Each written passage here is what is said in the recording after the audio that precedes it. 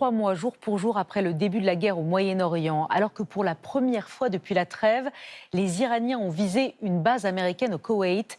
Qui sort renforcé de cette guerre? Qui est perdant? Premier bilan ce soir et d'abord direction Dubaï. Pilonné par des missiles et des drones iraniens pendant plusieurs semaines, l'émirat qui représentait la cité des rêves pour des millions d'expatriés a perdu beaucoup dans cette guerre et elle essaye de se reconstruire. C'est un reportage de Nicolas Bertrand, Fabien Fougère et Théo Renaud. De l'autre côté de ce bras de mer, en Iran, à 150 km à peine, les tensions militaires avec les États-Unis reprennent. Mais ici à Dubaï, le calme est revenu, avec même le retour de quelques touristes. Comme ces Français venus de l'île pour 10 jours de vacances. Elle est bonne? Ils avaient réservé leur séjour avant le début de la guerre. Ils ont bien failli ne jamais voir Dubaï. J'ai dit on annule tout. Je ne veux pas prendre de risques. Et il m'a dit mais non, attends un peu, on va voir comment ça se passe. Jusqu'à temps que l'agence nous appelle et nous confirme qu'on pouvait partir. Ils font probablement partie des premiers touristes français de retour à Dubaï. Car officiellement, les Émirats arabes unis sont toujours classés en zone orange, déconseillés par le Quai d'Orsay. De nombreuses zones, d'habitude bondées, restent vides, comme sur la Marina. Stéphanie Neuer, agent de voyage, attend désespérément le retour des compagnies aériennes européennes. Sans avion, pas de touristes. Emirates est de retour à pleine capacité et donc on espère que les autres compagnies aériennes vont suivre sous peu. Vous attendez Air France avec impatience? Absolument. Elle nous emmène dans ce restaurant français, toujours ouvert, mais quasiment vide. David Croiset en est le chef pâtissier. Son chiffre d'affaires a plongé d'au moins 40%. Pour lui, la solution tient en un mot. Il faut la paix. Point, ça s'arrête là. Il n'y a que la paix qui va faire que les touristes reviendront. On sait que ça reviendra. C'est cette histoire de paix, c'est tout. Selon des estimations d'agences spécialisées, le manque à gagner dans le tourisme s'élève déjà à plusieurs centaines de millions d'euros. Plusieurs établissements, parmi les plus prestigieux, ont préféré fermer, officiellement pour des travaux de rénovation. C'est un des symboles de Dubaï. Le Burj Al Arab est aujourd'hui complètement fermé. Il faut dire que l'hôtel avait été touché par un drone iranien au début de la guerre. Aujourd'hui, ce sont au total une dizaine de palaces comme celui-ci à Dubaï qui sont fermés, faute de clients. Avant la guerre, il y avait aussi plus de 45 000 expatriés français à Dubaï. Plusieurs milliers d'entre eux seraient partis, mais la majorité est toujours là. Et les premiers signes de reprise économique apparaissent depuis quelque temps, particulièrement dans l'immobilier. Vous avez aussi une piscine au-dessus en podium.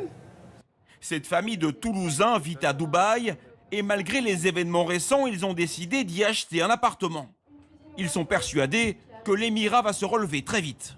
Aujourd'hui, on a pu tester le modèle de Dubaï, des Émirats. On a vu les efforts qui ont été mis en place et qui ont porté leurs fruits pendant le conflit, qui ont maintenu une paix. On a quand même tout un travail de réassurance à faire. C'est assez logique, hein. Une ville qui est touchée par la guerre, c'est jamais quelque chose de simple à envisager. Dubaï attire aujourd'hui de nouveaux investisseurs en quête de bonnes affaires. Un pari sur l'avenir au milieu d'un Moyen-Orient incertain. Et justement, alors que Donald Trump affirme avoir éliminé la menace iranienne, quelle est la vérité des chiffres et des faits? Les États-Unis ont-ils vraiment affaibli l'appareil militaire iranien? Combien de missiles, de drones ont été détruits? Combien de morts aussi et de blessés depuis 3 mois? Notre enquête avec Diane Schlinger, Serhan Ganzer et Anto Filippi. Entre États-Unis et Iran, un face-à-face meurtrier, coûteux. Au-delà de la guerre de communication entre les deux camps, voici le vrai bilan de 3 mois de conflit. Le tapis de bombes laisse derrière lui de nombreuses victimes. 13 soldats américains tués. En Iran, pas de bilan officiel, mais des estimations. Au moins 3636 morts, dont 1700 civils, selon une association de droits de l'homme iranienne. Et la guerre coûte cher, très cher aux deux pays. Aux États-Unis, le Pentagone annonce officiellement 29 milliards de dollars. Mais ce serait minimum 50 selon les experts. Car les estimations de l'administration ne prennent pas en compte les dégâts sur les bases américaines au Moyen-Orient, comme ici au Koweït. Au moins 16 ont été fortement endommagées dans 8 pays différents. Certaines ne sont quasiment plus utilisables. Regardez par exemple ces images satellites. Ces sortes de balles de golf sont en fait des dômes qui protègent des paraboles vitales pour les communications. Des technologies coûteuses, systématiquement et minutieusement frappées. En Iran, les destructions sont si importantes que l'impact économique est difficile à chiffrer, entre 300 milliards et 1000 milliards de dollars. Rien que le blocus du détroit d'Ormuz coûte 435 millions par jour à Téhéran, empêché d'exporter son or noir. Dans la bataille, l'Iran a perdu 155 navires, les États-Unis 42 avions. Et pour se rendre coup pour coup, il a fallu utiliser beaucoup de munitions. 4500 missiles américains de tout type, très coûteux. Et côté iranien, des missiles, mais surtout 4400 drones, beaucoup moins chers à construire. Et tout ça, pour quel résultat? L'Iran récupérerait vite, très vite, ses capacités militaires. Prenez Bakhtaran, dans l'ouest du pays, et son site souterrain de lancement de missiles, visé par plus d'une dizaine de frappes, comme le montrent ces cratères. Depuis le cessez-le-feu, on voit les tractopelles iraniennes s'activer pour dégager l'accès au tunnel. De nouvelles routes ont déjà été construites. Selon la CIA, la République islamique a reconstitué 70% de son stock de missiles et pour le nucléaire, aucune preuve que la capacité d'enrichir l'uranium n'ait vraiment été anéantie. L'armée israélienne a, elle, intensifié aujourd'hui ses frappes dans le sud du Liban, notamment autour de la ville de Tyr, que vous voyez là, où Israël affirme traquer les positions du Hezbollah. Des frappes qui ont fait au moins 14 morts. Et puis, conséquence de la guerre au Moyen-Orient, ici en France, la crainte de manquer prochainement de masques, de gants, de cathéters ou encore de seringues gagne du terrain. Va-t-on manquer de plastique pour fabriquer les matériaux de nos hôpitaux? Nous avons enquêté. Jules Longchamp, Lucas Franchino, Jean-Pierre Rivalin. Une usine française à plein régime, et pourtant menacée par la crise pétrolière mondiale.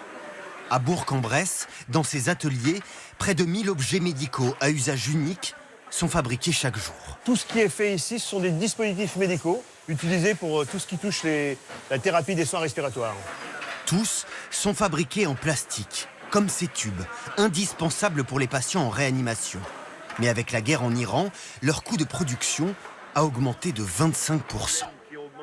On va se retrouver à peu près sur des augmentations de l'ordre de 30 à 40 000 euros par mois d'augmentation des matières premières. Si je n'augmente pas mes prix, dans 3 mois, on arrête. C'est évident, on ne pourra pas continuer. Ici, le plastique est en majorité importé du Moyen-Orient. Or, les circulations de pétrole nécessaires à la fabrication du plastique ont fortement ralenti. Le polyéthylène, l'un des plastiques les plus utilisés au monde, ici sous forme de billes, a vu son prix grimper en flèche, de 824 à 1055 € la tonne. Conséquence, à l'hôpital de Gonesse, 950 lits, la facture des équipements de première nécessité a gonflé. On a un fournisseur de surblouses qui nous a sollicité pour une hausse de prix liée au contexte géopolitique actuel. Plus 15% d'augmentation. Pour ses achats du quotidien, l'hôpital consacre un tiers de son budget, 30 millions d'euros par an. Mais avec ces hausses, le déficit risque de se creuser. Il est très probable que l'établissement doive supporter une hausse de ses dépenses d'achat. Si pour l'instant le ministère de la Santé affirme ne pas avoir identifié de pénurie de matériel, les autorités concèdent des risques potentiels à plus long terme.